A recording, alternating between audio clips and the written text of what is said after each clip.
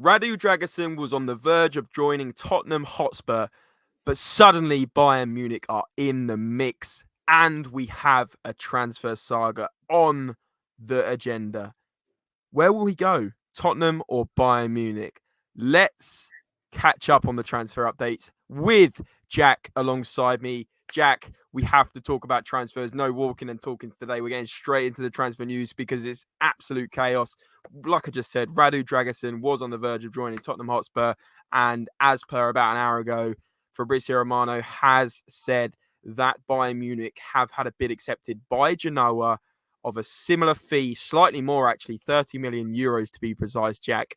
What is going on? Mate, it's crazy. The world of Tottenham Hotspur, can it be any more crazy? I feel like, is every club like this in world football? Because for me, being a Tottenham fan, something changes every day, especially when it's transfer window time. We've seen it before with Willian, we've seen it before with Dybala, we've seen it before with Coutinho.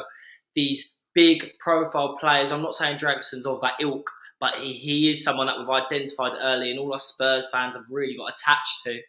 And now it looks like a deal could be hijacked by Bayern Munich. Who else, James? Who else other than Bayern Munich?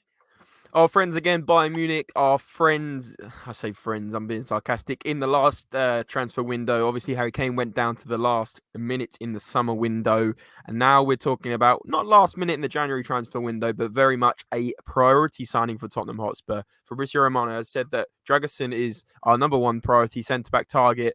Well, potentially, you could argue it was Todibo, but that's for another day. But certainly now, that was the focus. Radu Dragusin, we've been talking about him for 2 weeks now, and we've been talking about a 25 million euro fee, which was apparently agreed recently, and that was moved on today. 25 million euros plus 5 million euros of add-ons, and then there was discussion about a loan move for Jed Spence till the end of the season to go alongside that. So currently we're weighing up 30 million euro bid from Bayern Munich and a 25 million euro bid from Tottenham with 5 million of add-ons, with potentially Jed Spence in the mix. But apparently Jed Spence needs to be convinced by that move. So who knows, Jack? If Jed Spence suddenly decides he would like to go to Genoa, maybe that is the unlock to get this deal done. But at the same time, there's a lot to this because Genoa have actually accepted our bid and Bayern Munich's bid, so it's actually up to the player now. So, I mean, it's crazy. It's taking so many There turns. are so many contributing factors to this deal, and realistically, what we were being told by the media was that it was straightforward. Dragusin wants Tottenham, Tottenham and Dragusin. This deal is going to be wrapped up. It's very formal, very straightforward, and all of a sudden, being that Tottenham Hotspur fan like we are, being the club we are, things don't always go our way. But let's not say the deal's done because we're certainly in the mix. Dragusin has agreed personal terms with Tottenham. Dragusin has said he wants to go to the club. But German giants Bayern Munich have come out today and put their money where their mouth is and said, right, we want you as well. So who are you going to choose? Now it's all down to the player. Dragusin's already said yes to Tottenham.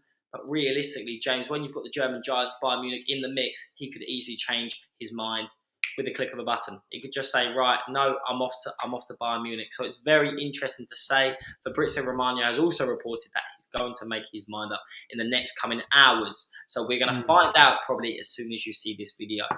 Yeah, by the time you see this video, the decision may have already been done. But guys, let us know in the comments below. Are you surprised by this? Do you think it's, classic Tottenham? And do you think we'll get it over the line? By the time you're watching the video, as Jack said, it might have already been done to Bayern Munich or Tottenham. Who knows? We might even have to do another video tonight, Jack. Who knows what's going to happen? But also earlier today, Alistair Gold said we were trying to push to get Dragusin before the Friday deadline, so he's available for Premier League, the Premier League weekend. Obviously, we're playing Man United on Sunday, so if he was signed with all the paperwork before Friday, which I believe is at midday, we could have got him on board to be playing against Man United away. So, I mean, that seems quite far away now because we're actually battling another club. We thought we had a straight road, ahead, and now we don't. But anyway, that's Dragusin, and it is really dragging on. Jack, obviously, we mentioned Jed Spence as well, and it doesn't seem like he's interested in joining Genoa at the moment, as per a couple of sources. Alistair Gold for Fabrizio Romano. There's this other thing I don't want to go too much over in this transfer update video, but apparently that one of the reasons why Leeds sent it back, and this isn't concrete, so I'll make sure this isn't tier one source, but there is question marks over Jed Spence's attitude in terms of playing at clubs on loan. And obviously, Alistair Gold has also said that Spence is not part of Angie's plans. So the fact that he's not part of Angie's plans and the fact Leeds have sent it back, what do you think on that, just very quickly? Well, realistically, James, I know you said it might not be a tier one source, but me and you can both read through the lines. And Daniel Farke, the Leeds manager, said in his press conference that sometimes it's not the quality of the player, it's the characteristics, it's the whole package. And he kind of gave the impression that Spence thought he was too good to be at Leeds. And realistically, he has not been playing or performing at a level that suggests otherwise. So sometimes you need to go, as a young player, you need to go back to the drawing board and show that you're still passionate, show that you deserve to be playing at a top level. And if you remember, James, Neil Warnock actually said, there's no question marks on this player's quality. It's just about his attitude. And kind of those quotes are kind of becoming true, if we're being honest. Right now, he hasn't showed the best attitude and he hasn't been performing on the pitch as well. So you've got to show it on the pitch. You've got to show it on training. You've got to have the whole package, realistically. So, in my opinion, Postecoglou will not be impressed by his character. And a renowned manager like Daniel Farke, who is, to be fair, quite well respected, obviously he's been at Norwich, now at Leeds, has kind of instigated that, like, he's just not good for the squad. And Postecoglou would not want anything near his first team like that. So, I definitely think we're keen to offload him, and hopefully he realises he's going to have to perform and show better character at a place like Genoa, which in reality is still Serie A football. So if we're being honest, that's still playing against the likes of Juventus, AC Milan, where he can prove that he's up to a standard. So for me, it's hard to imagine why he wouldn't be interested in a deal like that. Yeah, absolutely. Couldn't agree more. We'll move on from the Dragusin Jed Spence saga now, because we have got 3 or 4 other updates. This is what I'm saying, guys. This is a busy video, but if you are enjoying these little transfer update videos, please do smash the thumbs up. There's been unbelievable support on the channel recently. I think the last couple of videos have got well over 100 to 150 likes, and even our live stream the other day, it was our best ever live stream, 5k views, and a lot of you guys enjoyed it and sent us some lovely feedback. So please do keep supporting the channel. It does mean a lot. And smash thumbs up, subscribe, and turn on those post notification bells. It's free to do so. It's the little bell icon below the video. But Jack, like I said, we've got 3 more things to get through, and I do like to keep these videos short, just so it's a quick update for you guys, but you get to the main points. So Eric Dier, as per Alistair Gold, and now, obviously, we were talking about Eric Dier going to potentially Bayern Munich with, them trying to get that deal over the line. Looks like Napoli are now interested in Eric Dier, as per Alistair Gold, the Football London correspondent. Jack, I've never seen so much interest in such a, Eric Dier. Let's be honest. He's had his day. Why are Bayern Munich and Napoli interested in 2 of the best clubs in Europe? Literally crazy. From 1 minute, no one wants Eric Dier, not even Postecoglou, not even the club he's at. But then all of a sudden, you've got the Italian champions in the Serie A, and you've got Bayern Munich, German giants, interested in his services. Clearly, they have watched the showreel of all times of Eric Dier's best moments, and they're getting convinced. Which, you know what, for me, we know, James, realistically, we think his days are numbered in a Tottenham shirt. He hasn't performed to the best of his ability, realistically, probably over the past couple of seasons. But he had good moments in a Spurs shirt, especially in the Pochettino era. I think he was very good in the number 6 role, kind of working alongside Moussa Dembele, Victor Wanyama. But that was 4-5 seasons ago now. But I wish him well, James. If someone like Bayern Munich or Napoli want his services, then for me, go ahead, Eric. Go ahead, because it's a smart deal for him. He'll get paid well. He might, if he gets game time, then for him, Gareth Southgate might be one. I want another leader in the squad, and I want another player. I'm surprised. I'm very surprised that 2 fantastic clubs are interested in his services, but maybe they've seen something that we haven't, and they see a role for him. So for me, if he does go, James, I definitely wish him well. Yeah, I wish him well. Obviously, he's been a good servant to the club, but at the same time, his time is very much numbered at the club, and Andrew's made it clear he's not part of his plans, and he can't play a high line. He's not a quick player that can play on the turn and recover that distance on a high line. So it's not surprising, but yes, like you said, wish him all the best. Next bit of news, Manor Solomon. Obviously, he's been on the injury bench for a little while.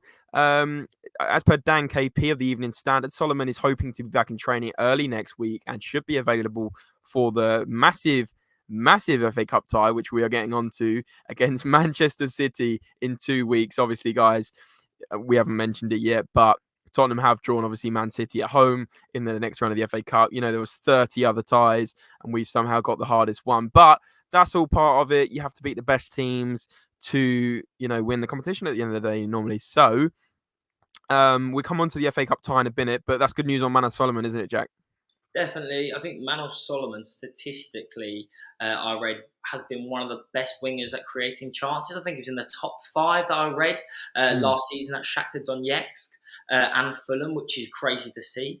I think the only players that were actually above him in creating chances was the likes of Kylian Mbappe, which is crazy to hear. But then again, we know football isn't all about statistics. I actually think he's been very good in a Spurs shirt so far. I think he's quite creative. I think he's quite calm on the ball. If you look at some of the goals he's created, his way to pass is very good, especially when he got a couple of assists for Heung and Son against Burnley, I'm pretty sure. And he just adds another creative forward, and it adds more rotation for Ange, which we know is important when you're playing this aggressive, free-flowing attacking football that is always pressing high up the pitch. So it's important. I think it's good news, and to be honest, he's thoroughly needed right now. Yeah, no, completely agree. We are lacking attackers especially with Son out as well. Solomon can play obviously off the left. So yeah, good news. But as we move on to this penultimate bit of news, which is, well, it's the last bit of news, and we wanted to talk about the FA Cup tie, as I said, but it's about Bryan Hill. Now, obviously, he's out of favour at Tottenham. He hasn't hit the ground running. He's not been great this season coming off the bench. He's not looked strong. He's shown signs, of course, Jack, but, I'm not fully convinced. But we can talk about what we think of him as a player in maybe another video. But the news is that Feyenoord and Fiorentina are interested in Hill on loan. They contacted Spurs, but the buy option is potentially included in this. It's now up to Spurs to sell him. There's been no contact on the player side yet, but Bryan apparently is still 100% focused on Tottenham, and he's not close to leaving as things stand. But it's important news, obviously, that Feyenoord and Fiorentina are interested in Bryan Hill. And to be honest, Jack, this one of these moves could make sense on loan. What do you think? It's hard to see really because I feel like Bryan Hill, he's always going out on loan, and he's very much suited to kind of Spanish football, and it seems like they love him out there. One thing I'll say with Bryan Hill is it always looks like he has lots of potential suitors. He's kind of one of the players that you really never struggle to put out on loan just because he has got a clear talent at dribbling. He always looks to create chances. He's a very hard worker, James. We can't say that. Whenever he comes on the pitch, he's always looking to prove a point, and he's always looking to get on the ball, which is a good sign. Just, I think, in this Tottenham system, sometimes he's not looking up enough. He's not calm and composed on the ball. When you're looking at someone to kind of change the pace of the game and look for that game-changing pass, or kind of someone who strikes the ball with conviction and believes they can score, that hasn't been Bryan Hill so far in a Tottenham shirt. I'm actually not sure if he scored for Spurs, definitely not this season, but it still looks like he's looking for that goal. And when we signed him, he was obviously a hotly tipped youngster where we thought we'd sign, let's be honest, James, a player for the next 10 years. However, it hasn't turned out to be that way so far. I actually think Bryan Hill's best role, James, could be through the middle, which is, some people may disagree with because he's quite lightweight. But if you had kind of a specialist six, someone of the calibre of a Rodri, for example, in a Man City system, you'd probably see him play very well because he's fantastic at keeping the ball. He's always winning fouls. He can be quite creative. But realistically, we don't have that number 6 role, which is going to allow him to show his best side, which is creating space for other players, driving with the ball. Yeah. For me, I like Bryan Hill. I think he probably will stay at Spurs because if we keep sending him out on loan, he's never going to adjust to Premier League football. But will be interesting to see. Like I've said, he's not short of options. I think we will. I go against you on that. I think we will loan him out. I think we'll loan him out to one of those 2 clubs, or a potential Spanish club will come in for him. I can just see it happening, especially if Solomon's coming back. We've got Werner in the mix now, and obviously Sonny will be coming back in February. Where does Bryan Hill really fit when we've got Johnson on the right, we've got Kulusevski on the right? Bryan Hill is technically our 3rd choice right winger. I mean, he's just not going to be in the mix really too much, and I think we'll probably end up loaning him out. That's just my. I hear what you're saying. I just think with all these injuries right now and what's happened to Spurs so far this season, you never know when you're going to need someone like Brian Hill. But why will we need him, Jack? Because at the end of the day, you've just Yeah, said it yourself. He's never scored. I just double checked. He's never scored for us yeah. in Europa League, Champions League, Premier League. So at the end of the day, what's he doing? Like, I like the guy, and I think he has potential. But like, you could pretty much say that about most players that are, in that caliber. Just coming Yeah. through the ranks, and they're quick, they're pacey, they're energetic. But there's He's no very final product there. unconvincing. Yeah, in front of goal, he's very unconvincing. He's struggling to score. And realistically, to be a top Premier League player, you need to be calm and composed in front of goal. But we will see with Brian Hill. He's a player with potential. But like you say, but the only reason I'm not sure on a loan move, James, is because is it a bit of a now or never? He's been to Sevilla on loan. I think he was at Valencia. Yeah. Surely right now you'd be looking for a permanent deal if you're not convinced. Let's see, Jack. Let's see how this one pans out. Let us know, guys, what you think of Brian Hill. And the final talking point, which I do definitely want to hear from you guys in the comments, please do smash it in. 2 more minutes, Jack. We'll talk about Man City, Tottenham drawing Man City in the FA Cup 4th round. That game is going to be played on the weekend of the 26th and 27th of January, so in just 2 weeks' time. Jack, I mean, it doesn't get much harder. The only thing I can think of that's harder is Man City away or Liverpool away. I mean, Man City at home, you could argue it could come good. But I just wanted to quickly pull up the recent head-to-heads, which could fill some Spurs fans with a bit of confidence. This is the last 6 home matches against Man City. And as you will notice, we have won every single one to nil, other than that one in 2018, which was actually at Wembley. So since 2019, when we moved into the Tottenham Hotspur Stadium, we've won 1-0, 2-0, 2-0, 1-0, 1-0, which is crazy, Jack. That's 7 goals scored and 0 conceded. And obviously, Pep Guardiola has even been joking and saying, what he's asked, what's his next challenge? And he said to score a goal at Spurs away. It's part of it. Spurs Twitter were loving it last night. I was certainly enjoying it. But at the same time, I'm sitting here. I'm very nervous. It's a very hard game. But Jack, like I said earlier in the video, you've got to be the best. You've got to beat the best, right? As Gary Mabbott said, to be the best, you've got to beat the best. And it's exciting because Tottenham Man City, you guarantees you an absolute corker of a game. I think Postecoglou and Guardiola are 2 fantastic attacking-minded coaches. So it's going to be full throttle football. And realistically, it's going to be a great showing for a neutral. I'm sure us, James, if we're watching it together, which we could be, maybe a matchday vlog coming, we're going to be nervous. But realistically, James, you've got to, like you said, to be the best, you've got to beat the best. And we're going to find out. If we do lose, then we can focus fully on the Premier League and making sure we get back into the Champions League spots. If we win, James, on the other hand, you're not going to play a better team in the Premier League or in English football, that's for sure. Probably not even a better team in world football, being the Champions League champions last season. So it's going to be a fantastic tie. I can't wait for it. I just really hope we see the best version of Tottenham. I really do as well, mate. I mean, I just know I could be clipped up saying we never conceded against Man City, but who knows? We'll see on the 26th or the 27th. Oh, no, facts though. You're only presenting facts, James. I see. I'm only presenting facts. But finally, I did forget one. And I say I forgot it, but we should have maybe mentioned it at the start. We've been talking about it for a little while. Timo Werner, of course, we knew it was coming, but the announcement was made at 7 p.m. By Tottenham, announcing Timo Werner. And as per Fabrizio Romano, it looks like it's a 17 million euro fee in the summer if we would like to buy him, but obviously a 6-month loan for now. 17 million euro potential buy clause. Jack, let's see how he does. I'm wishing him all the best. I really hope he hits the ground running, and he has more of an RB Leipzig.